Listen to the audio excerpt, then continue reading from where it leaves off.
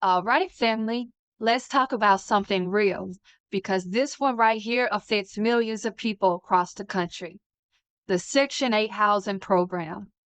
The one that's supposed to help low income families find a place to live is breaking down. Waiting lists are closed. Landlords don't want to take vouchers. And now the Trump administration is talking about changing the program again. And it's got people worried. Like, how do you update something that's already barely holding together?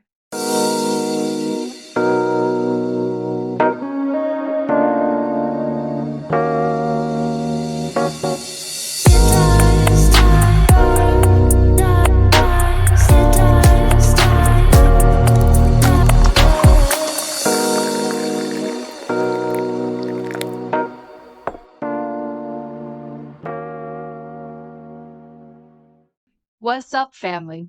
Welcome back to Inside a Scoop Report, where we break down what's really going on out here, especially the stories that hit the hardest for regular people. If you're new here, hit that subscribe button, like, share the video, and drop your city and state in the comments because I already know this topic hit home for a lot of people. And we're talking about the Section 8 housing crisis, what's happening, what the new changes could mean and why the people who need help the most are the ones being left behind. Let's get into it. This is Fox 13 News, the most watched news in the Mid-South. Thousands of Memphis families rely on the federal government to put a roof over their heads. But with the government shut down, what will happen to Section 8 funding that helps to pay your rent? Fox 13's Your Money investigator Kate Beery asked attorneys how you can be prepared. Kate. Okay, so for anyone who does not know, because there are people out there that don't know what this program is about, Section 8, which is officially called the Housing Choice Voucher Program, it was created to help low-income families, seniors, and people with disabilities find affordable housing across the country. So basically, the government pays part of your rent directly to the landlord and you pay the rest. Sounds simple, right? Well, in theory it is, but in reality, the system is drowning. And we're talking about families who've been waiting years just to get on a waiting list. And even when they finally get a voucher, they can't even find a landlord who would actually accept it. Be honest, how many of y'all know somebody who's been on a Section 8 waiting list for years and still never heard back? Really quick, this website here is usa.gov.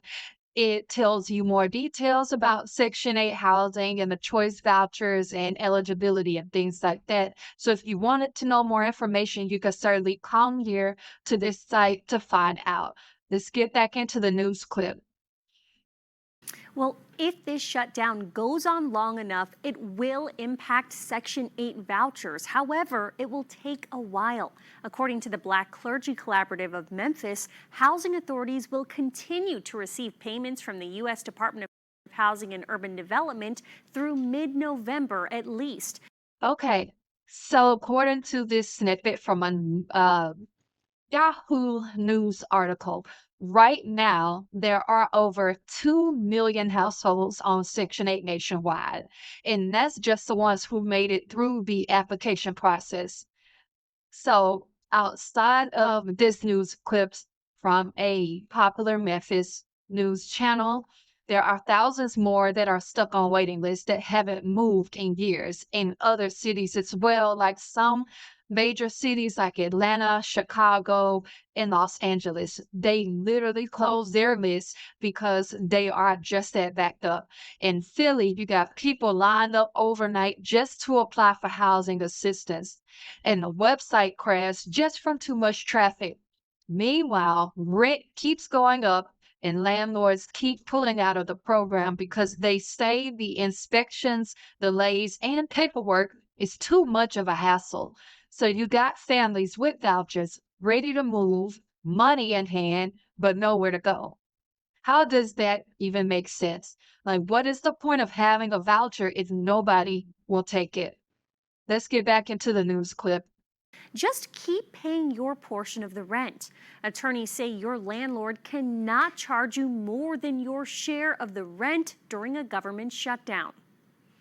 So if someone receives a rent increase, a notice of termination, any threat of eviction related to the shutdown specifically, that is most likely not correct procedure. So yeah, here's where it gets tragic, okay? You got single mothers sleeping in their cars because landlords refuse to rent to people with Section 8. You got seniors who've been on a waiting list so long, they literally pass away before their name ever comes up. And you even got entire families getting eviction notices because their voucher expired before they could even find a home. And it's not that the money isn't there, it's that the system is broken. The US has the resources, but the structure is not built to actually help people fast enough. I want to get into some people who had opinions around the internet, but I want to give my 2 cents in on this. I am not for people who are able-bodied citizens who can get out and work and do what they need to do to get off of this program, because they need to make it available for the people who need it, the seniors, this disabled, the families who actually need it that have been on that waiting list for years. Those able-bodied people are making it just that hard for people who need assistance to get assistance. But let's get into what people had to say around the internet about it. So, if you've been on Section 8 for over 2 years, you should be getting a letter around October, because the head of HUD and housing said that if you already been on there over 2 years, then you're going to get a letter stating that you have to be cut off. So they're not waiting and giving you January 26th to January 28th. They not doing that. They cutting everybody that's been off already for 2 years off. All right, new Section 8 low-income housing guidelines that are going to piss you off and leave all of us homeless. So, if you were on Section 8 or you want to get on Section 8 and you have school-aged children and you are not married, and you have school-aged children, while they are in school, to stay on Section 8, you have to get a full-time job working a minimum of 35 hours a week, okay? That's your first option. There's only 2 options, by the way. That's your first option. Or the second option is you have to volunteer for a minimum of 15 hours a week, okay? Their choice. They tell you where you volunteer, and you have to volunteer 15 hours a week on top of their work program that you have to pay $40 a month for, okay? Out of pocket, that's another 25 hours a week. All right, so this is the first year that I've heard of the guidelines for Section 8 changing. So now, if you are a parent with a child under 18 years of age, you either have to be working 40 hours minimum per week, or you have to be declared disabled and receiving some type of SSI or whatever. So a lot of people are going to lose their housing. So you got an apartment, you paying your rent, but you tired of paying the amount that you're paying, so you go apply for Section 8. You get denied, though, and you're mad because you got denied because you know your income went down and you should be able to get Section 8. The people that get Section 8 are people that's living in the corner. They living under railroad tracks. Okay? They living in places where it's not safe to live.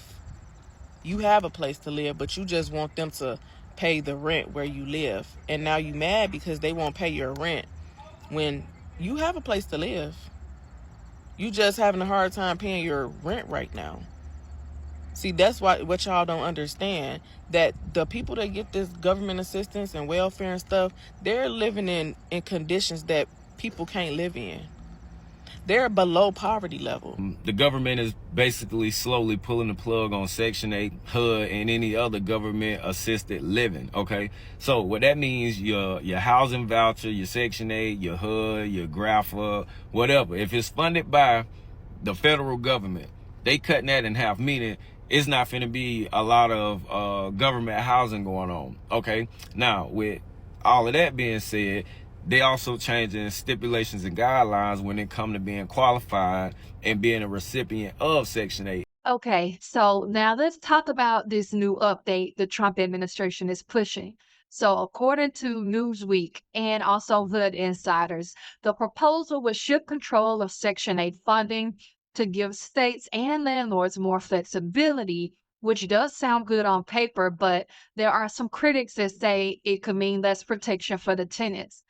Now, the administration say they want to cut red tape, allow landlords to bypass some federal rules, and maybe even adjust how income eligibility is calculated.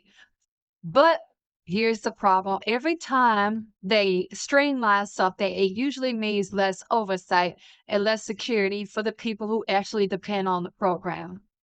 You don't believe me? I can read it for you right here, word for word. So, according to Newsweek, it says the U.S. president has proposed a 51% cut in gross discretionary funding for HUD for the 2025 fiscal year budget, which would effectively halve funding for federal rental assistance and let the states decide how to distribute the money left. In fiscal year 2025, for reference, the HUD's budget was $89.1 billion. Should this drastic cut be implemented, federal programs, including Section 8, would be eliminated. In their place, the Trump administration's 2026 budget requests funding for a new state rental assistance program, which would provide HUD funding directly to states. This new program would have a 2-year limit on assistance for beneficiaries, with the exception of the elderly and individuals with disabilities, to incentivize self-sufficiency among able-bodied recipients. So the budget empowers states by transforming the current federal dysfunctional rental assistance program into a state-based formula grant, which would allow states to design their own rental assistance programs based on their unique needs and preferences. Trump's executive office wrote in a series of recommendations sent to the chair of the Senate Committee on Appropriations, Republican Senator Susan Collins, in May. There it is for you right there. If you want to come read the rest of this, you are more than welcome to find this article on Newsweek. With that being said, do y'all think giving states more control is a good thing, or does it just happen to open the door for more people to fall through the cracks? Now, to be fair, some landlords say they've got legitimate reasons for backing out of Section 8. They complain about slow payments, failed inspections, too many restrictions on rent increases. Some even say they lose money waiting on HUD to approve contracts. But here's my thing. Is the solution really to make it easier for landlords, or to make it fairer for families who can't even find a roof over their heads? Because right now, the only people benefiting are the ones who can afford to opt out of the problem, it seems like. What do y'all think? Should landlords be required by law to accept Section 8 if they rent to the public, or should it be voluntary? Let me get into what some of the landlords are dealing with. Government shutdown, stop Section 8 payments. And here's your answer. I got this letter from my local housing authority by email last week, basically to give you the chat GPT version of it. Basically said October is funded, partial of November is funded. After that, if the shutdown continues, we will not be getting paid our rent, which for me is a little bit north of $40,000 a month that I will not be getting in rent. So anyway, I had a new Section 8 tenant move in on the 11th, I believe, the 11th of this year, so which is July 11, 2025. She just moved in. She was supposed to pay her portion of her voucher. So she's supposed to pay $650 out of the $3,500 per month. No means Section 8 pays the other 28 and change. You're supposed to pay $650. So if you're taking possession of the property, you're supposed to pay, if you take it the 11th, you're supposed to pay something like $400 and something. She don't have that. She don't have the full 3,500, which I understand that time is hard. So I say, no problem. I'll work with you to get it, done. She moves into the property. Yesterday, right notice, she texts me. She wants to move. Okay. I said, okay, no problem. I'm not going to keep you here if you don't want to. If you don't want to stay, that's not a problem. She's like, Section 8 is saying that she need to cancel. We need to cancel the RTA. I said, okay, no problem. So she had Section 8 contact us, and because Section 8 is like, we need to send a letter stating that, we want to cancel the thing. So, I worded it that, the tenant wanted to cancel it. We have no problem with it. No problem. Once the RTA was received, I went by the property to make sure she was out. This lady refused to leave. Not only did she refuse to leave, she then called Section 8 and tell Section 8 she have no place to go. So this is a ticket they opened for her. So when I had the opportunity, I went by there. The lady called the police. The police come and they tell me, can't put her out. I've got to share with you some of the problems that we face with Section 8. All right, problem number one is there's no appreciation that they will destroy a house and feel no remorse moving on to the next one. Number two, there's this level of entitlement that they are owed that they're owed a free house and free vouchers and food stamps and whatever else. They all seem to have pets. Why, if you can't afford rent, can you afford a dog?